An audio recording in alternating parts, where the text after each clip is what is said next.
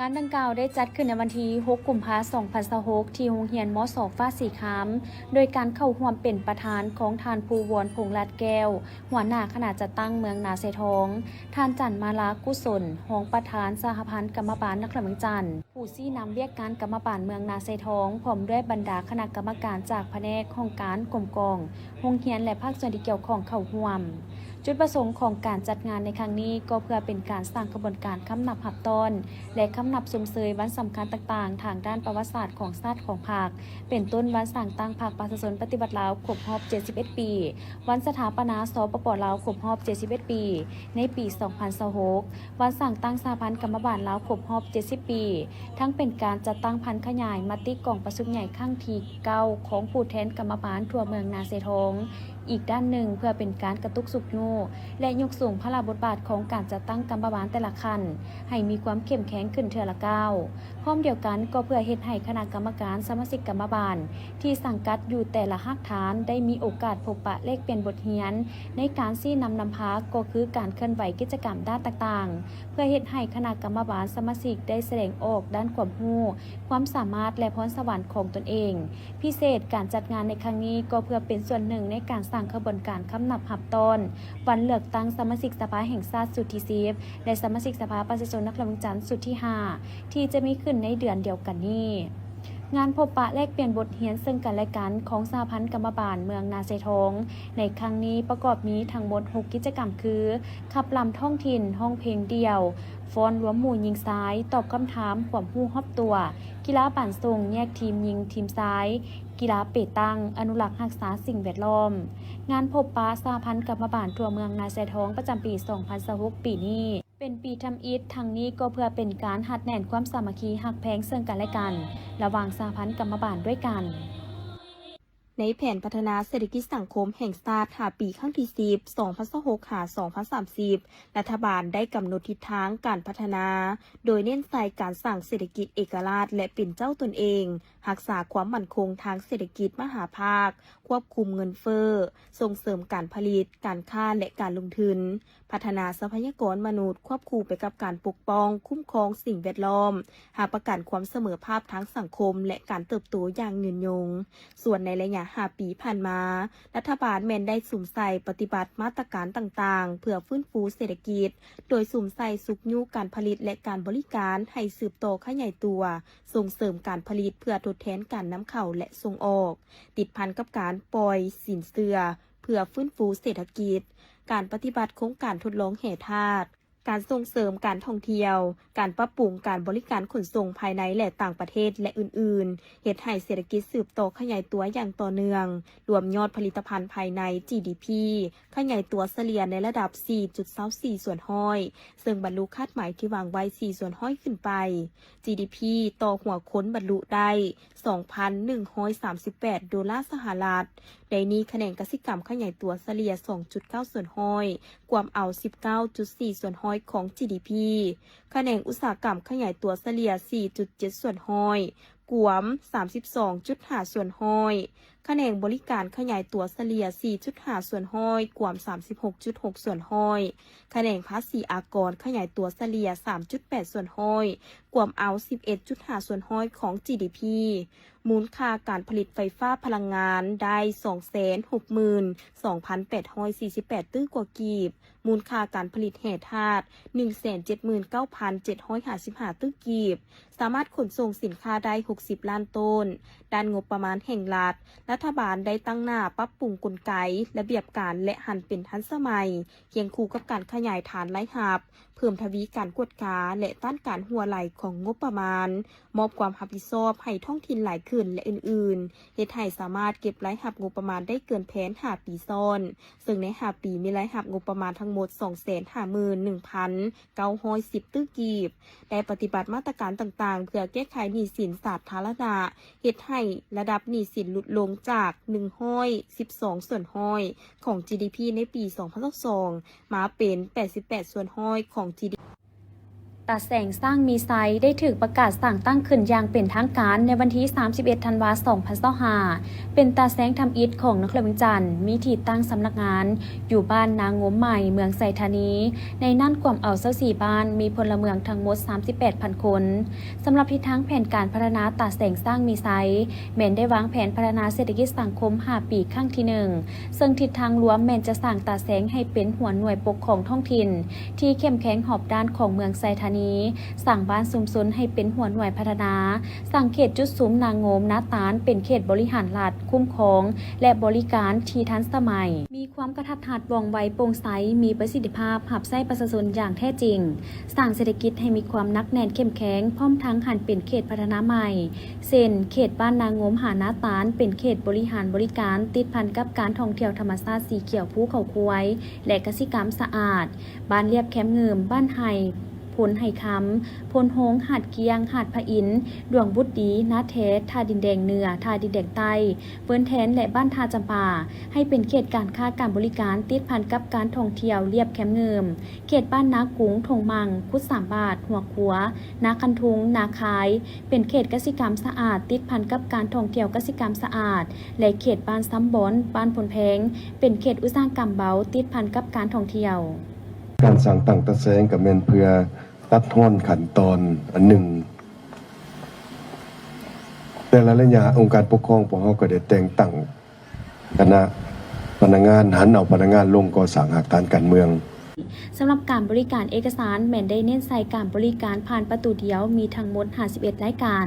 ที่ติดพันกับเรียกงานขันบ้านเซ็นใบยั่งยืนที่อยู่ใบคำห้องใบเสนอใบแจ้งเสียหายใบมอบกรรมสิทธิ์ใบยั่งยืนการเกิดคำห้องขอเฮ็ดหนังสือผ่านแดนคำห้องขอขึ้นสัมมโนครัวสัญญากู้ยืมและเอกสารอื่นๆงานบุญผ่าป่ามหาสามัคคีองค์การพุทธศาสนาสัมพันธ์เมืองร่วมกับองค์การปกครองเมืองหาดไซฟงได้จัดขึ้นในวันที่ 6 กุมภาพันธ์ 2026อยู่ที่วัดป่าคุ้วยแดงบ้านคุ้วยแดงเมืองหาดไซฟงนครหลวงเวียงจันทน์เข้าร่วมเป็นประธานและนำพาพิธีโดยพระอาจารย์ใหญ่บุญศรีแสนสุนทรประธานองค์การพุทธศาสนาสัมพันธ์เมืองหาดไซฟงฐานคำหมุนเตียงทาราชเลขาพักเมืองหาดไซฟงฐานธนงศิลป์เสียงพะวงประธานคณะกรรมการปกครองเมืองหาดไซฟงมีบรรดาพาเทรานุเทราคณะบริหารงานองค์การพุทธศาสนาสัมพันธ์เมืองการนำขันเมืองห้องการสาธารณสุขเมืองสมาชิกสภาประชาชนนครหลวงเวียงจันทน์ประจำเขตเลือกตั้งเมืองหาดไซฟงตลอดฮอดเจ้าภาพเจ้าศรัทธาตลอดฮอดชาวเมืองและชาวพุทธศาสนิกชนเข้าร่วมอย่างล้นหลามงานบุญผ่าป่ามหาสามัคคีครั้งนี้จัดขึ้นภายใต้การร่วมมือระหว่างองค์การพุทธศาสนาสัมพันธ์เมืองและองค์การปกครองเมืองหาดไซฟงเป็นเจ้าภาพจัดงานเพื่อเป็นการเต้าโฮมความสามัคคีของชาวเมืองก็คือเหล่าบรรดาพระสงฆ์สามเณรการนำผักลัดและชาวเมืองหาดไซฟงให้ได้ร่วมกันทำบุญกุศลโดยเฉพาะแมนร่วมกันสมทบทุนสร้างห้องน้ำห้องหมอเมืองหาดไซฟงที่พร้อมก่อสร้างในปัจจุบัน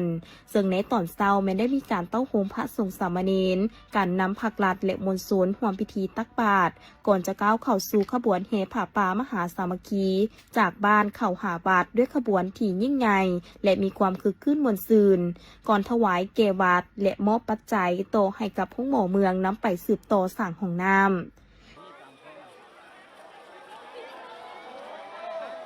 ในโอกาสดังกล่าวท่านธนงศิลป์เสียงพะวงได้ให้สัมภาษณ์ว่าการจัดงานบุญครั้งนี้เป็นงานบุญใหญ่และได้ถึงความสามัคคีของชาวเมืองที่เลื่อมใสในพระพุทธศาสนา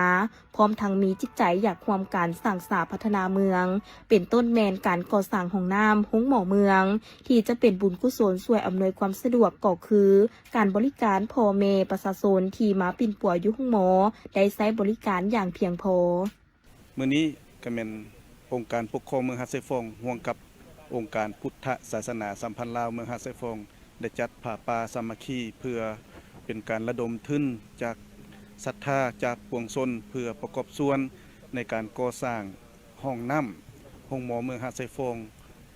ในระยะที่ผ่านมาองค์คณะพรรคองค์การปกครองเมืองหาดไซฟงก็ได้เอาใจใส่ในการพัฒนาพื้นฐานโครงสร้างโดยเฉพาะและติดพันกับ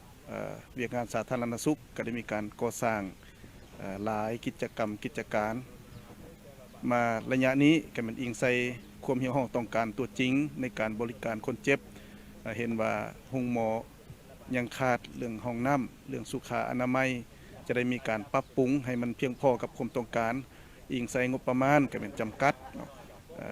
บ่สามารถที่จะตอบสนองได้หมดต่อความเหี่ยวห้องต้องการฉะนั้นก็ทางองค์การปกครองก็ได้ปรึกษาหารือกับองค์การพุทธศาสนาสัมพันธ์ลาวเมืองหาดไซฟองได้กำหนดเอามื้อนี้เป็นงานจัดผ้าป่ามหาสามัคคีในทั่วเมืองเนาะได้เชิญได้แจ้งข่าวบุญไปถึง60บ้านในทั่วเมืองสำนักงานองค์การก็ถือว่าการจัดงานในมื้อนี้ก็เป็นสำเร็จลุล่วงไปโดยดีก็ได้รับแห่งศรัทธาได้รับการสนับสนุนจากสังคมเนื่องในโอกาสที่มีความหมายความสำคัญนี้ข้าพเจ้าในนามต่างหน้าให้องค์การปกครองเมืองหาดไซฟองก็ขอแสดงความรู้บุญคุณต่อองค์การพุทธศาสนาสัมพันธ์ลาวแสดงความขอบอกขอบใจบรรดาเจ้าศรัทธา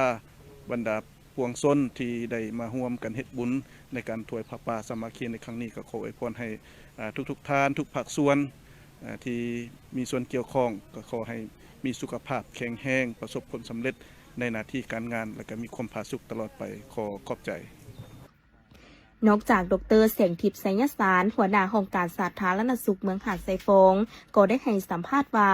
ปัจจุบันโครงการก่อสร้างห้องน้ำห้องหมอเมืองแม่นดำเนินมาถึง20ส่วนห้อยแล้วในปัจจุบันและคาดว่าจากปัจจัยในงานบุญผ้าป่ามหาสามัคคีในครั้งนี้จะสามารถไปช่วยสร้างห้องน้ำให้สำเร็จตามแผนก็คือให้สำเร็จภายในเดือนมีนาคม2026ที่จะมาถึงนี้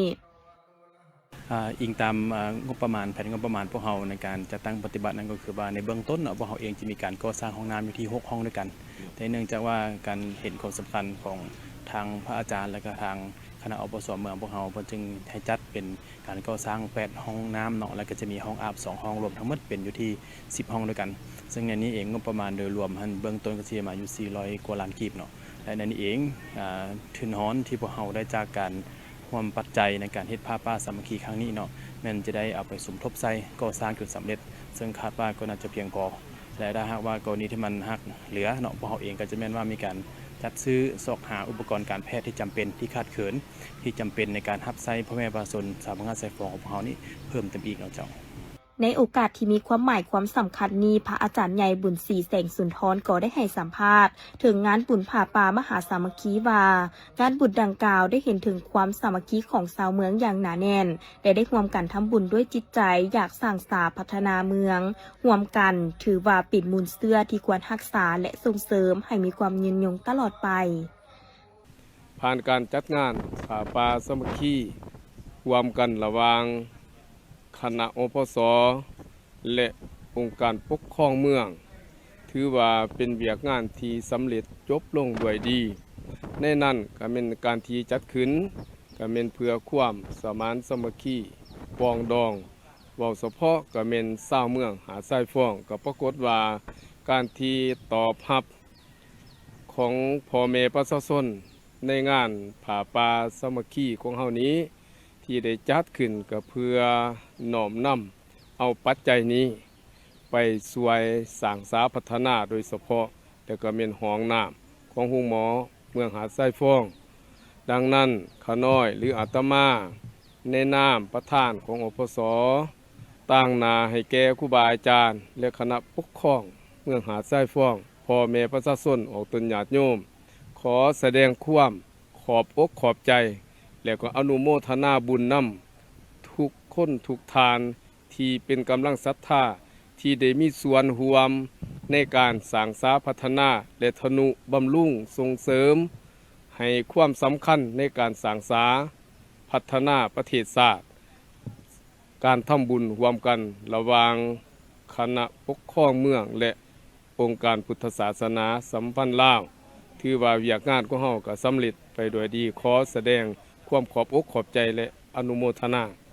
ส สำหรับงานบุญผาป่ามหาสามัคคีของชาวเมืองหาดไซฟองครั้งนี้แมนรวบรวมปัจจัยได้จากพระสงฆ์สามเณรการนำผักลาดเจ้าภาพเจ้าศรัทธาและสาวพูดร่วมกันถวายตั้งแต่มือเริ่มลงเสาก่อสร้างห้องน้ำจนถึงมือบุญผาป่าสามัคคีรวมทั้งหมดได้300 กว่าล้านกีบซึ่งปัจจัยเหล่านี้แมนจะนำไปสืบต่อก่อสร้างห้องน้ำห้องหมอเมืองหาดไซฟองที่พร้อมก่อสร้างให้ปัจจุบันนี้ได้สำเร็จตามแผนและให้ประชาชนได้นำใช้ในเดือนมีนาหาเดือนเมษายน2026ที่จะมาถึงนี้ท้องกลุ่มสิทธิ์รัฐมนตรีกระทรวงอุตสาหกรรมและการค้าพร้อมด้วยคณะได้ลงเยี่ยมยามและติดตามความคืบหน้าการดำเนินงานของบริษัทลงทุนและผลิตธุรกิจกสิกรรมภาคใต้ลาวจำกัดผู้เดียวซึ่งเป็นโครงการผลิตกสิกรรมขนาดใหญ่แบบครบวงจรในโอกาสเยี่ยมยามครั้งนี้คณะผู้บริหารบริษัทได้รายงานให้ทราบว่าบริษัทได้รับใบอนุญาตลงทุนจากรัฐบาลลาวในเดือนมังกร2024ด้วยทุนทั้งหมด$750 ล้าน โครงการนี้มีเนื้อที่สัมปทานทั้งหมด 31,461 เฮกตาร์ความเอาเนื้อที่อยู่เขตของแขวงอัตตปือและเซกองผ่านการจัดตั้งปฏิบัติในระยะผ่านมาบริษัทสามารถสร้างผลงานที่พ้นเด่นได้หลายด้านเป็นต้นการปลูกฝังและส่งออกได้สุ่มใส่ปลูกกล้วย 1,000 เฮกตาร์หมากไม้อื่นๆเช่นหมากพุกหมากม่วงหมากกล้วยในเนื้อที่ 1,400 เฮกตาร์และปัจจุบันสามารถส่งออกหมากกล้วยสดได้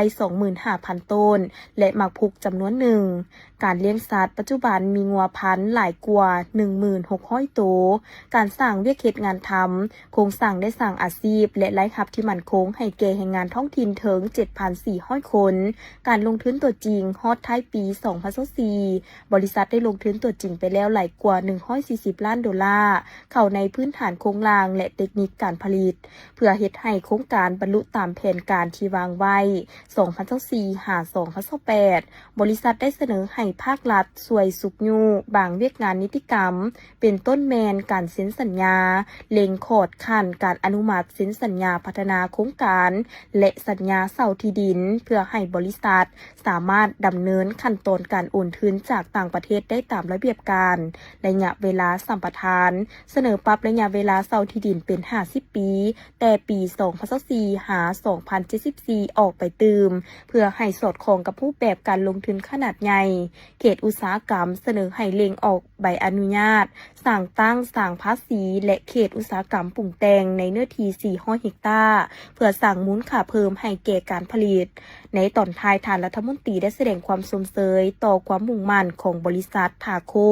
ที่ได้หันเปลี่ยนเนื้อที่ดินสัมปทานให้กลายเป็นฐานการผลิตกสิกรรมที่ทันสมัยและยืนยันว่าจะนำเอาบรรดาข้อเสนอต่างๆไปปรึกษาหารือกับคณะกรรมการที่เกี่ยวข้องเพื่ออำนวยความสะดวกให้แก่ผู้ลงทุนอย่างเต็มส่วนหัวพัน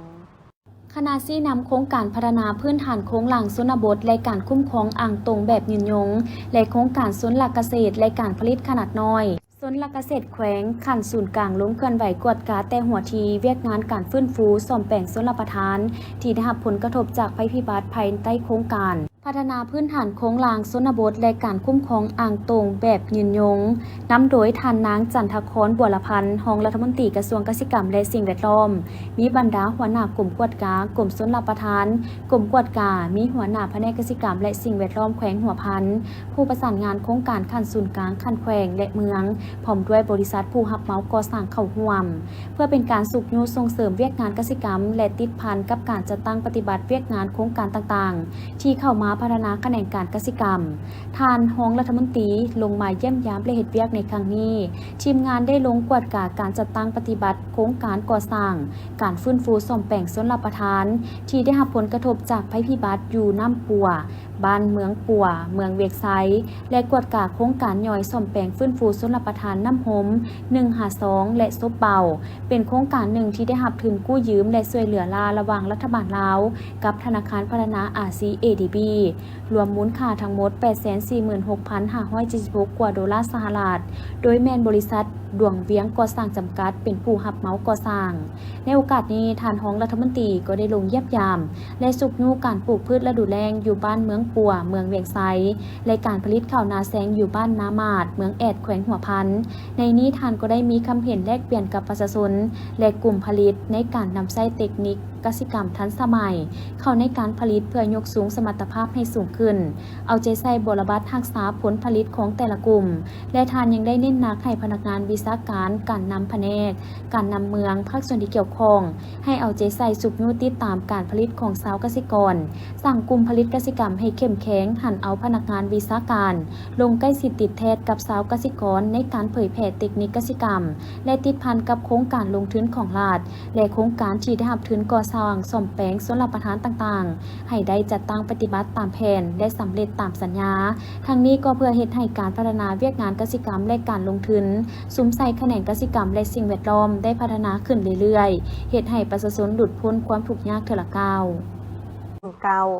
องค์การกระแดงแขวงผงสาลีสมทบกับแผนกเสนาหักและโรงเรียนการทหารท้องถิ่นกองบัญชาการทหารแขวงผงสาลีได้ลงปลุกระดมบริจาคเลือดแบบสมัครใจบ่หวังสิ่งตอบแทนอยู่กองพันน้อยทหารหาบ19โดยการเข้าร่วมของดร.นางเวียงคำเหล็กบรจันทร์รองหัวหน้าองค์การกระแดงแขวงผงสาลีมีพันโทคำพัดเหล็กสุกันรองแผนกเสนาหักกองบัญชาการทหารแขวงมีพันโทบุญคงไสยแสงหัวหน้าโรงเรียนการทหารท้องถิ่นแขวงผงสาลี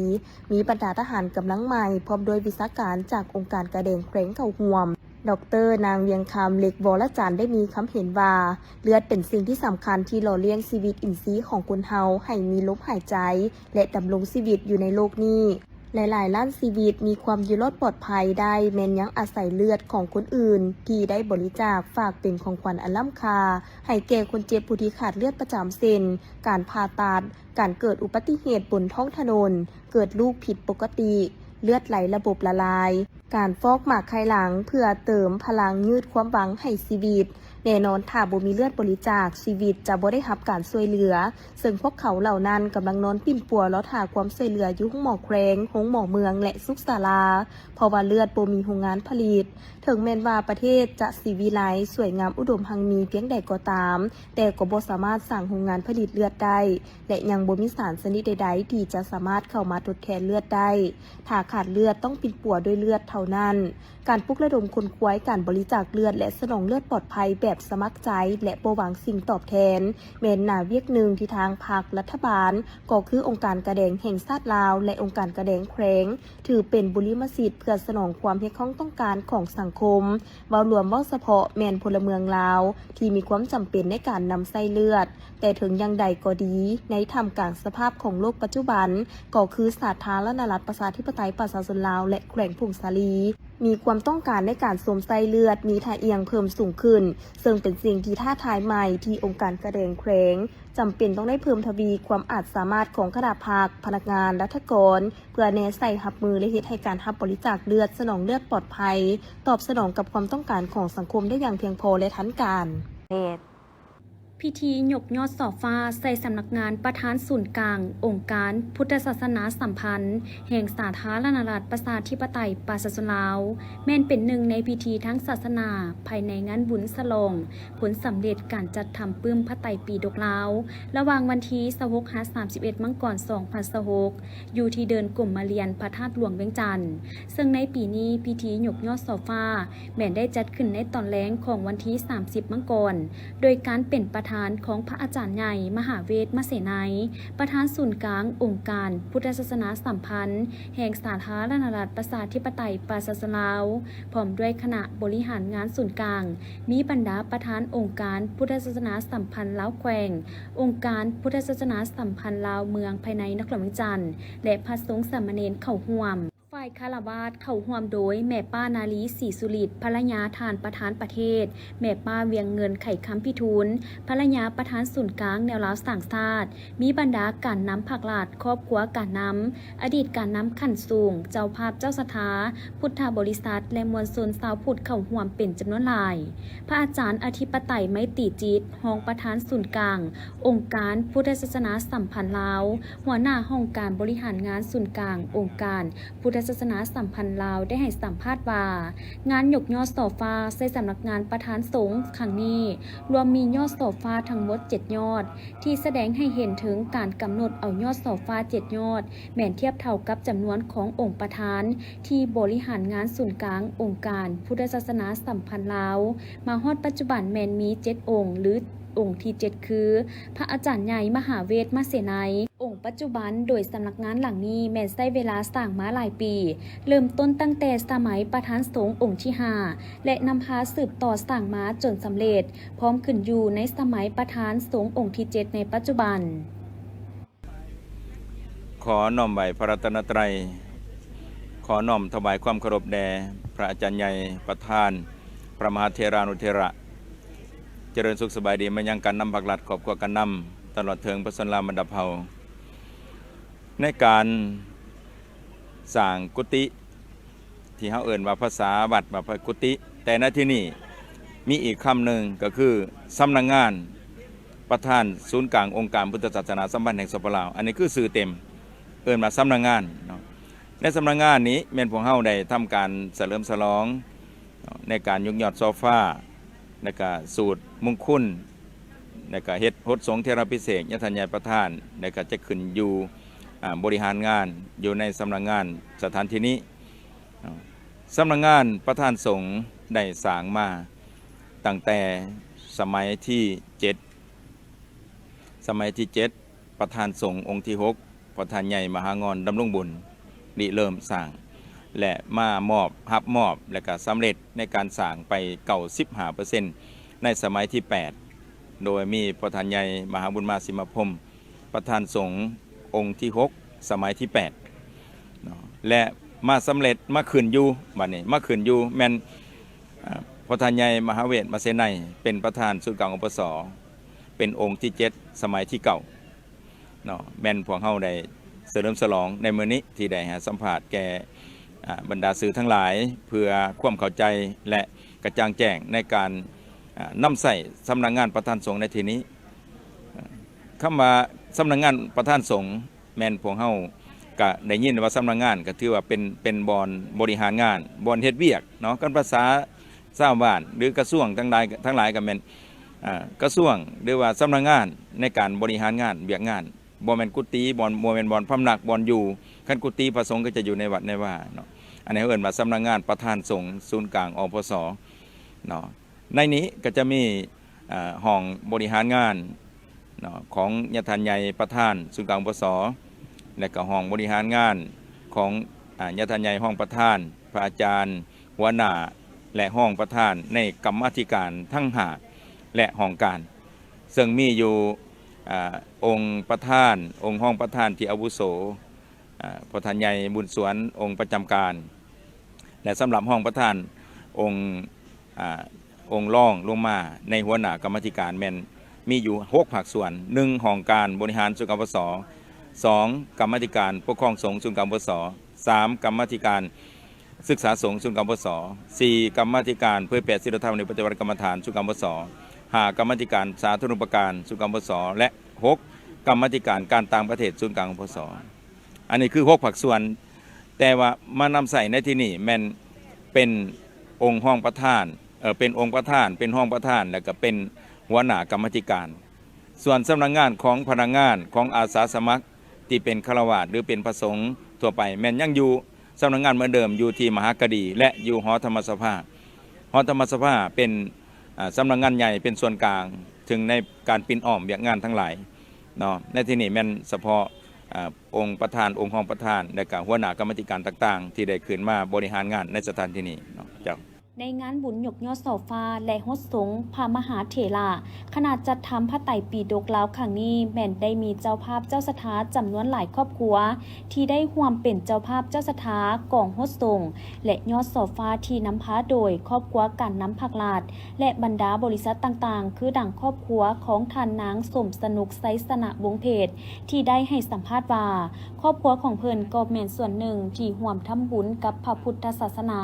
มาหลายงานบุญ ช่วยประกอบส่วนสร้างสถาปฏิสังขรณ์วัดวาอารามต่างๆที่สำคัญในงานครั้งนี้ก็ได้เป็นเจ้าภาพกองโฮสต์พระมหาเถระที่เพิ่นได้สร้างคุณประโยชน์แก่ศาสนาก็คือประเทศชาติให้การทุ่มเท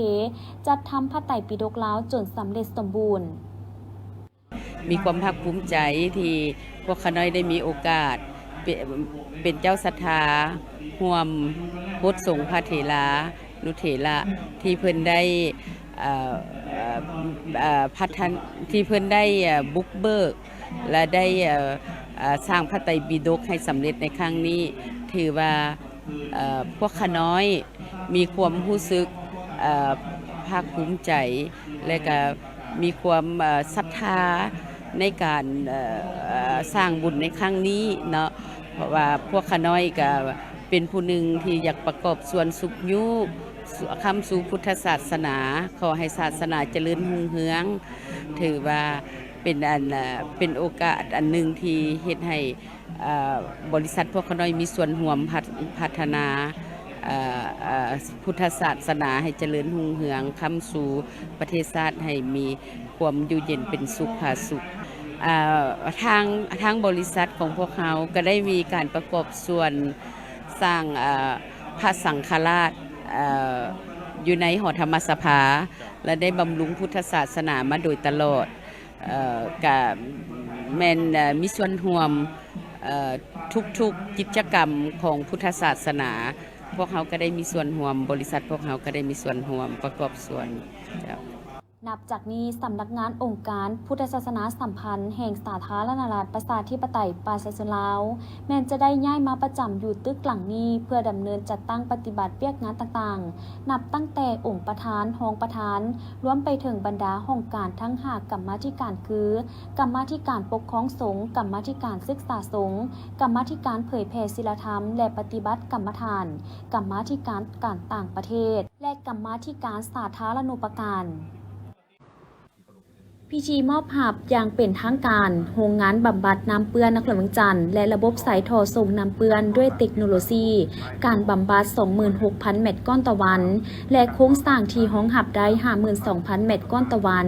โดยทุนกู้ยืมบ่มีดอกเบี้ยแต่มีเงื่อนไขจากรัฐบาลและประชาชนฮงการีได้จัดขึ้นในวันที่4กุมภาพันธ์2026นี้ที่บ้านขามงอยเมืองไสเศรษฐานครหลวงจันทร์เป็นเกียรติเข้าร่วมของท่านอัศพังทองศรีพันดรเจ้าของนครหลวงจันทร์มีรัฐมนตรีกระทรวงการต่างประเทศและการค้าฮงการีพร้อมด้วยภาคส่วนที่เกี่ยวข้องเข้าร่วมท่านบุญยวัฒน์นิรไสหัวหน้าแผนกโยธาธิการและขนส่งนครหลวงจันทร์ได้ขึ้นผ่านบทรายงานว่าโครงการบำบัดน้ำเปื้อนนครหลวงจันทร์ได้รับงบประมาณกู้ยืมบ่มีดอกเบี้ยจากรัฐบาลฮงการีซึ่งรัฐบาลลาวได้อนุมัติให้กระทรวงการเงินเซ็นสัญญาเงินกู้ยืมบ่มีดอกเบี้ยแต่มีเงื่อนไขกับธนาคารเพื่อการส่งออกนำเข้าฮงการีมูลค่าการกู้ยืม$100 ล้านสหรัฐและองค์การปกครองนครหลวงจันทร์ได้เซ็นสัญญาทางด้านการค้ากับสมาคมโครงการน้ำฮงการีลาวโดยแมนบริษัทลาวโปรเจกต์โครงการแมนมีกำหนดเวลาการจัดตั้งปฏิบัติ4 ปีและได้มีการต่อสัญญาการค้าและสัญญาเงินกู้ยืมเพิ่มเติมมาฮอดเดือนมีนาคม2026การก่อสร้างขยายโครงการบำบัดน้ำเปื้อนเพิ่มเติมด้วยความอาจสามารถบำบัดน้ำเปื้อนได้ 26,000 เม็ดก้อนต่อวันส่วนโครงสร้างแม้สามารถหับได้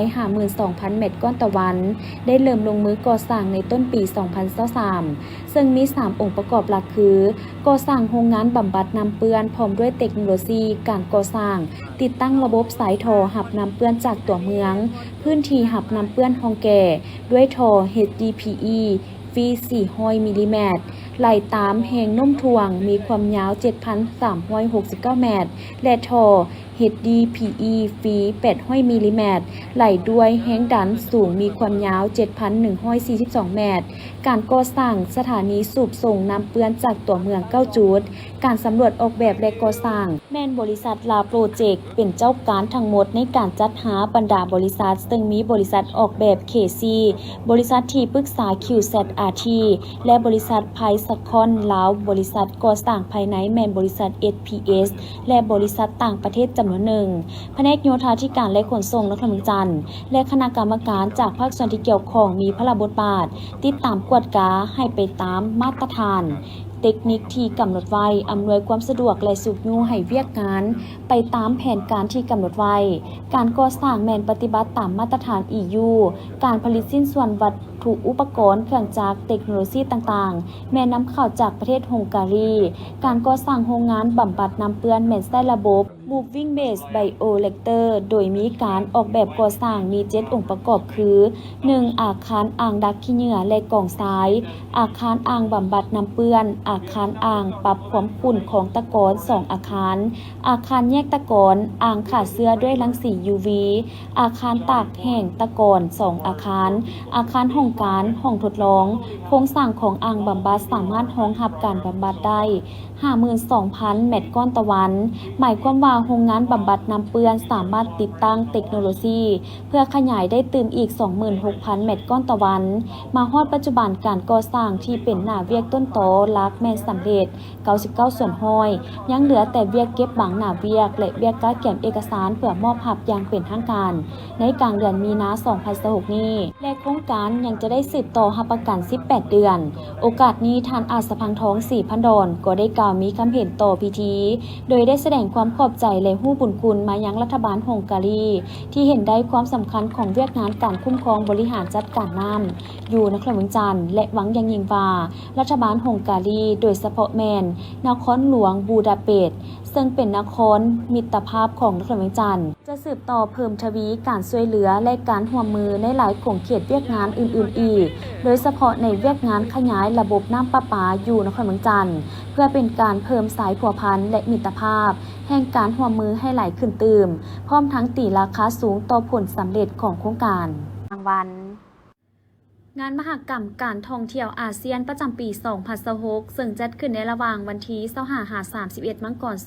2026 ที่เซบู ประเทศฟิลิปปินส์ในบรรดาประเทศสมาชิกอาเซียนได้รับรางวัลทั้งหมด211รางวัลในนี้สาธารณรัฐประชาธิปไตยประชาชนลาวเฮาได้รับรางวัลมาตรฐานการท่องเที่ยวอาเซียน21รางวัลซึ่งรวมมี4ประเภทรางวัลมาตรฐานคือรางวัลมาตรฐานโรงแรมเขียวอาเซียนรางวัลมาตรฐานเมืองท่องเที่ยวสะอาดอาเซียนรางวัลมาตรฐานสถานที่จัดงานอาเซียนรางวัลการท่องเที่ยวแบบยืนยงอาเซียนสำหรับมาตรการโรงแรมเขียวอาเซียนสาธารณรัฐประชาธิปไตยประชาชนลาว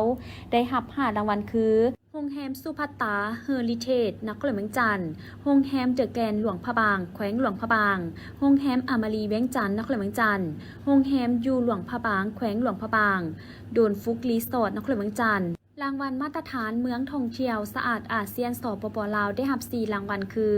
นครไก่สอนพรหมวิหารแขวงสวรรณเขตนครปากเซแขวงจำปาสักนครหลวงพระบางแขวงหลวงพระบางเมืองเวียงไซแขวงหัวพันรางวัลมาตรฐานสถานที่จัดงานอาเซียนสปป.ลาวได้รับ10รางวัลคือประเภทสถานที่จัดกล่องประชุม5รางวัลโรงแรมฮอลิเดย์อินนครหลวงจันทร์โรงแรมสุภัตตาเวียงจันทร์นครหลวงจันทร์โรงแรมราชวงศ์วันด้าวิสตานครหลวงจันทร์โรงแรมเมืองแท่งลักเซอรี่เวียงจันทร์นครหลวงจันทร์โฮสประชุมแขวงอัตตปือส่วนประเภทสถานที่จัดงานเทศกาล5รางวัลโรงแรมสุภัตตาเวียงจันทร์นครหลวงจันทร์โรงแรมเดอะแกรนด์หลวงพระบางแขวงหลวงพระบางศูนย์การค้าเวียงจันทร์เซ็นเตอร์นครหลวงจันทร์โรงแรมเมืองแท่งลักเซอรี่เวียงจันทร์นครหลวงจันทร์สถานที่จัดงานเทศกาลตาดเลาะแขวงสารวันรางวัลการท่องเที่ยวแบบยืนยงอาเซียนสปป.ลาวได้รับ2รางวัลคือหอพิพิธภัณฑ์แห่งชาติแขวงหลวงพระบางเป็นรางวัลสำหรับผลิตภัณฑ์การท่องเที่ยวในตัวเมืองน้ำกัดยอระป่าแขวงอุดมไซเป็นรางวัลสำหรับผลิตภัณฑ์การท่องเที่ยวเขตชนบทนอกนี้สปป.ลาวยังได้รับรางวัลอีก38รางวัลซึ่งจะมีพิธีมอบรับรางวัลทั้งหมดนี้รวมกันอีกครั้งอยู่ภายในประเทศในเดือนกุมภาพันธ์นี้เพื่อเป็นการย่องยอชมเชยทุกภาคส่วนที่ได้รับรางวัลอันทรงเกียรตินี้ถึงแนวใดก็ดีในงานมอบรับรางวัลมาตรฐานการท่องเที่ยวอาเซียนประจำปี 2026 ครั้งนี้ได้มีการมอบรางวัลให้ภาคส่วนต่างๆจากภาครัฐภาคธุรกิจและผู้ประกอบการชุมชนท้องถิ่นซึ่งผล สำเร็จดังกล่าวแม่นได้รับการนำพาจากการนำขันศูนย์กลางขันแขวงและการมีส่วนร่วมจากภาครัฐภาคธุรกิจองค์การจัดตั้งสากลและคู่ร่วมพัฒนาที่เกี่ยวข้องโดยได้รับการสนับสนุนด้านงบประมาณจากรัฐบาลลาวและโครงการพัฒนาพื้นฐานโครงล่างเพื่อส่งเสริมการท่องเที่ยวระยะ2ผู้ใหม่ซึ่งจัดขึ้นในท่าอาทิตย์ผ่านมาก็ได้รับฟังการผ่านทิศทางแผนการจัดตั้งปฏิบัติวิการประจำปี 2026 ในนั้นคณะสหพันธ์กรรมบาลเมืองไซธานีจะสืบต่อปลุกระดมสมาชิกกรรมบาลกรรมกรและสาวโภคแรงงานบรรดาเผ่าภายในเมืองจัดตั้งปฏิบัติแนวทางนโยบายของพรรคระเบียบกฎหมายของรัฐมติคำสั่งของขันเทิงก็คือแผนพัฒนาเศรษฐกิจสังคม5 ปีครั้งที่ 8 ของเมืองบางออกก็คือปฏิบัติผลสำเร็จมติกองประชุมใหญ่ครั้งที่ 10 ผู้แทนกรรมบาลเมืองไซธานีจะสืบต่อประสานสมทบคณะอำนวยการโรงเรียนภาคเอกชนโรงจักรโครงงานหัวหน่วยธุรกิจเพื่อขยายการจัดตั้งให้ได้5 ฮักฐานและขยายสมาชิกกรรมบาลใหม่ให้ได้100 คนขึ้นไปสืบต่อติดตามกวดกาแบบแผนวิธีเฮ็ดเวียกของคณะกรรมบาลฮักฐานให้สอดคล้องกับพระบทบาทสิทธิและหน้าที่ของตนพร้อมทางปรับปรุงคณะกรรมบาลฮักฐานที่มีการเปลี่ยนแปลงลงติดตามสุขยูสมาชิกกรรมบาลในการจัดตั้งปฏิบัติขอแข่งขันหาเป็นเจ้าอยู่แต่ละฮักฐานภายในเมืองให้เป็นขบวนฝึกฟื้นและให้สามารถยั่งยืนสมาชิกกรรมบาลและฮักฐานหาเป็นเจ้าบรรลุคาดหมาย95 ส่วนห้อยขึ้นไปนอกจากนี้ยังจะเอาใจใส่สืบต่อประสานสมทบกับภาคส่วนเกี่ยวข้องเป็นต้นห้องการแรงงานและสวัสดิการสังคมห้องการอุตสาหกรรมและการค้าองค์การปกครองขั้นต่างๆเพื่อลงเก็บกรรมบรรดาโรงจักรโครงงานที่มีข้อขัดแย้งระหว่างผู้ใช้แรงงานและผู้ออกแรงงานให้เป็นปกติเอาใจใส่สืบต่อลงสุขรูปเวียกงานสั่งสัญญาแรงงานร่วมหมู่อยู่บริษัทโฮมจากโครงงานหัวหน่วยธุรกิจไทยได้2 แห่งขึ้นไปและลงสุขยูสร้างความเข้มแข็งทางด้านเวียกงานกรรมบาลให้สมาชิกกรรมบาลกรรมกรอยู่หัวหน่วยแรงงานให้ได้บรรลุ3 แห่งสืบต่อประสานสมทบกับศูนย์กลางสหพันธ์กรรมบาลลาวและสหพันธ์กรรมบาลนครหลวงจันทร์ลงสุขยูส่งเสริมเวียกงานความปลอดภัยและสุขภาพแรงงานอยู่โฮมจากโครงงานภายในเมืองให้ได้5 แห่งคมนครหลวงจันทร์ได้ผ่านบทรายงานต่อกล่องประชุมปรึกษาหารือระหว่างนครหลวงจันทร์และกระทรวงแรงงานและสวัสดิการสังคมโดยได้เสนอแลกเปลี่ยน6 เวียกงานเพื่อร่วมกันขนคว้าปรึกษาหารือแก้ไขคือ 1. เวียกแรงงานการคุ้มครองแรงงานต่างประเทศการนำเข้าแรงงานต่างประเทศบ่ถูกระเบียบและปัญหาการแบ่งขันคุ้มครองระหว่างศูนย์กลางกับท้องถิ่นศูนย์กลางออกบัตรแรงงานออกได้ระดับใดนครหลวงจันทร์สามารถออกบัตรแรงงานออกได้ระดับใดหรือว่าขั้นตอนใดขั้นนั้นคุ้มครองเลยบ่อันนี้ก็อยากให้พร้อมกันขนคว้าแบ่งขันคุ้มครองให้ละเอียดจะแจ้งเตือนการแก้ไขระบบข้อมูลแรงงานที่สามารถเบิ่งข้อมูลกันได้ระหว่างข้อมูลแรงงานของกระทรวงนำเข้าและข้อมูลแรงงานที่นครหลวงจันทร์นำเข้าอยู่จุดนี้มันได้สร้างความยุ่งยากต่อการกวดกาแรงงานบ่ถูกต้องเวลานครหลวงจันทร์กวดบ่มีในข้อมูลอยากเบิ่งข้อมูลกระทรวงนำเข้าก็บ่สามารถเบิ่งข้อมูลได้2. เวียกสังคมสงเคราะห์ปัญหาการคุ้มครองศูนย์สงเคราะห์และปัญหาผู้เฒ่าเปี่ยวพลอยคนเป็นบ้าเสียจิตคนเล่ร่อนขอทานคนบ่มีญาติบ่มีที่อยู่อาศัยที่สร้างความวุ่นวายให้แก่สังคมอยู่นครหลวงจันทร์ศูนย์สงเคราะห์ได้รับการสร้างตั้งขึ้นในปี 2024 เพื่อแก้ไขปัญหาคนเล่ร่อนขอทานคนบ่มีญาติเฉพาะนครหลวงเวียงจันทร์เท่านั้นแต่มาฮอดปัจจุบันมันกลายเป็นศูนย์รวมสงเคราะห์ทั่วประเทศแต่ละเดือนจำนวนคนเข้าออกศูนย์หลายบางเดือน200 คนบางเดือนเข้าหลายสูงฮอด400 คนปัญหาก็คือสถานที่คับแคบพนักงานบ่เพียงพองบประมาณบริหารบ่เพียงพออาศัยแต่งบประมาณของนครหลวงเวียงจันทร์และการช่วยเหลือของสังคม 3. เวียกงานบริหารจัดตั้งและกวดกากลไกการประสานงานระหว่างกระทรวงแรงงานและสวัสดิการสังคมกับแผนกแรงงานและสวัสดิการสังคมนครหลวงเวียงจันทร์รวมถึงปรับปรุงกงจักรให้มีความเข้มแข็งโดยเฉพาะยกระดับศูนย์สงเคราะห์ให้เท่ากับแขนงการหนึ่งของแผนกแรงงานและสวัสดิการสังคมนครหลวงเวียงจันทร์ปัจจุบันมีพนักงานของแผนกประจำ2 ท่านพบความยุ่งยากในการเฝ้ายามคนเจ็บจำนวน200 คนการขยายและประกาศบ้านพัฒนาด้านแรงงานผ่านมา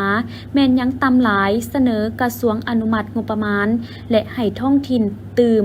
และการจัดพิมพ์ไปยั่งยืนขอให้เป็นความรับผิดชอบของแขวงนครหลวงจันทร์ 4. เวียกนโยบาย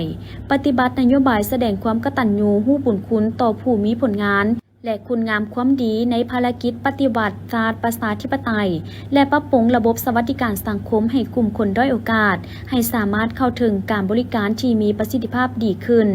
โดยเฉพาะแมนการปิดหับคำห้องของนโยบายปัจจุบันเห็นว่าเป็นสิ่งท้าทายเนื่องจากว่าการเก็บกำสถิติการหับห้องผู้ที่ถึกเงื่อนไขหับนโยบายของบรรดาเมืองยังสนองข้อมูลบททันได้หมดครอบครัวลูกหลานของผู้ได้หับนโยบายยังสืบต่อประกอบเอกสารมาหาพวกเขา5. เวียกประกันสังคมการปรับปรุงกงจักรการจัดตั้งของห้องการประกันสังคมโดยเฉพาะแม้นการปรับปรุงคณะหน่วยภาคและคณะห้องการประกันสังคมเห็นว่ามีการยืดเยื้อมาดน 6. เวียกศูนย์พัฒนา4มือแห่งงานพื้นที่และห้องฝึกอบรมของนักเรียนแม้นมีความคับแคบบ่สามารถขยายสาขาของอาชีพอื่นๆเพิ่มเติมได้และยะระดมสาวหนุ่มไว้หนุ่มเข้าเรียนแม้นพบความยุ่งยากเนื่องจากว่ามีผู้ปกครองจากหลายครอบครัวต้องการให้ลูกหลานไปออกแรงงานเพื่อสร้างเศรษฐกิจและสาวหนุ่มในปัจจุบันนี้แม้นมีหลายทางเลือกนอกนั้นยังมีสาวหนุ่มจำนวนหนึ่งแม้นได้ปราการเรียนและกลายเป็นคนเล่ร่อนอยู่ในสังคมกิจกรรมดังกล่าวได้จัดขึ้นในวันที่ 3 กุมภาพันธ์ 2026 ที่โรงเรียนมส.เวียงจันทน์เข้าร่วมในงานครั้งนี้มีต่างหน้าจากกระทรวงเกษตรกรรมและสิ่งแวดล้อมผู้ต่างหน้าสหภาพโลกประจำลาวต่างหน้าจากองค์การเพื่อการพัฒนาและร่วมมือประเทศสวิตเซอร์แลนด์แผนกเกษตรกรรมและสิ่งแวดล้อมนครหลวงเวียงจันทน์ผู้ต่างหน้าสหภาพโลกประจำลาวคณะอำนวยการครูอาจารย์นักเรียนโรงเรียนมส.เวียงจันทน์พร้อมด้วยภาคส่วนที่เกี่ยวข้องเข้าร่วมในพิธีท่านบุญถึงสอนวงไซหัวหน้าสมาคมร่วมใจอาสาสมัครได้กล่าวเปิดงานว่าจุดประสงค์ของกิจกรรมเพื่อสร้างความเข้าใจเกี่ยวกับสภาพปัญหาขี้เหงื่อในนครหลวงจันทน์ปลุกระดมให้วัยหนุ่มเห็นความสำคัญของสิ่งแวดล้อมโดยเฉพาะปัญหาขี้เหงื่อคาดคะเนผลได้หับนักเรียนวัยหนุ่มมีความเข้าใจเกี่ยวกับความสำคัญของการคัดแยกขี้เหงื่ออยู่ต้นทางและผลประโยชน์ต่อสิ่งแวดล้อมสามารถจัดตั้งปฏิบัติการแยกขี้เหงื่อด้วยตนเองได้โดยผ่านกิจกรรมการห้องเพลงของนักห้องที่เป็นอินฟลูเอนเซอร์การสนทนาเกี่ยวกับปัญหาขี้เหงื่อและวิธีทางแก้ไขการนำเสนอแนวความคิดของวัยหนุ่มในการแก้ไขปัญหาขี้เหงื่อในตัวเมืองและชุมชนในพิธียังได้รับชมวิดีโอผลงานของวัยหนุ่มและกิจกรรมของโครงการแสดงเต้นเคป๊อปของนักเรียนโรงเรียนมส.เวียงจันทน์เกมถามตอบเกี่ยวกับปัญหาขี้เหงื่อหับสมการห้องเพลงของนักห้องหับเซินเวทีสนทนาแลกเปลี่ยนภายใต้หัวข้อไว้หนุ่มเพื่ออนาคตสีเขียวการนำเสนอแนวความคิดของไว้หนุ่มในการแก้ไขปัญหาสิ่งแวดล้อมขี้เหงื่อและมลพิษทางอากาศในโรงเรียนหรือชุมชนและสมการแสดงนักห้องหับเซินพร้อมทางเน้นเรื่องการแก้ไขปัญหาสิ่งแวดล้อมโครงการ SCP ลาวได้รับการสนับสนุนทุนจากสหภาพยุโรปหรือ EU และองค์การเพื่อการพัฒนาและร่วมมือประเทศสวิตเซอร์แลนด์หรือ SDC เพื่อส่งเสริมการเติบโตทางเศรษฐกิจที่เป็นมิตรต่อสิ่งแวดล้อมในสปป.ลาวตลาดกลางคืนบึงธาตุหลวงเป็นอีกสถานที่ท่องเที่ยวแห่งใหม่ของนครเวียงจันทน์ที่ตั้งอยู่เมืองไซเซธาใจกลางตัวเมืองที่คึกคืนไปด้วยเศรษฐกิจผู้คนการท่องเที่ยวและการค้าการบริการเป็นจุดศูนย์รวมของคนที่มักสีสันในตอนค่ำคืนคาดว่าจะสามารถดึงดูดนักท่องเที่ยวทั้งภายในและต่างประเทศได้เป็นอย่างดีรวมทั้งนักลงทุนจากประเทศต่างๆเพราะนอนอยู่ในเขตเศรษฐกิจพิเศษบึงธาตุหลวงที่มีการลงทุนคึกคืนบรรดาท่านที่มาท่องเที่ยวอยู่ตลาดแห่งนี้จะได้ความเบิกบานมวลซื่นกับการแสดงดนตรีของศิลปินชื่อดังท่ามกลางอากาศอันสดชื่นของบึงธาตุหลวงที่กว้างใหญ่และเย็นสบายพาให้หลายคนอยากไปพักผ่อนท่องเที่ยวในยามราตรีที่มีสีสันพิเศษภายในตลาดกลางคืนบึงธาตุหลวงยังมีอาหารหลากหลายชนิดให้แขกคนได้รับประทานพร้อมกับฟังเพลงที่ม่วนซื่นเหมาะแก่การไปพักผ่อนกับหมู่เพื่อนหลังจากเลิกเวียกงานต่างๆหรือจะพาครอบครัวไปเที่ยวลินรับประทานอาหารค่ำก็มีบรรยากาศที่ดีเป็นตลาดที่มีสีสันสวยงามคล้ายคือกับตลาดกลางคืนแคมป์คลองดังนั้นถ้าหากท่านอยากไปเปลี่ยนบรรยากาศไปสัมผัสกับอากาศแคมป์บึงที่กว้างใหญ่ก็สามารถพาครอบครัวไปเที่ยวชมได้นอกจากอากาศจะปลอดโปร่งเย็นสบายแล้วยังจะได้สัมผัสกับสีสันใหม่ของตัวเมืองนครเวียงจันทน์ที่มีการพัฒนาทางด้านการท่องเที่ยวอีกด้วย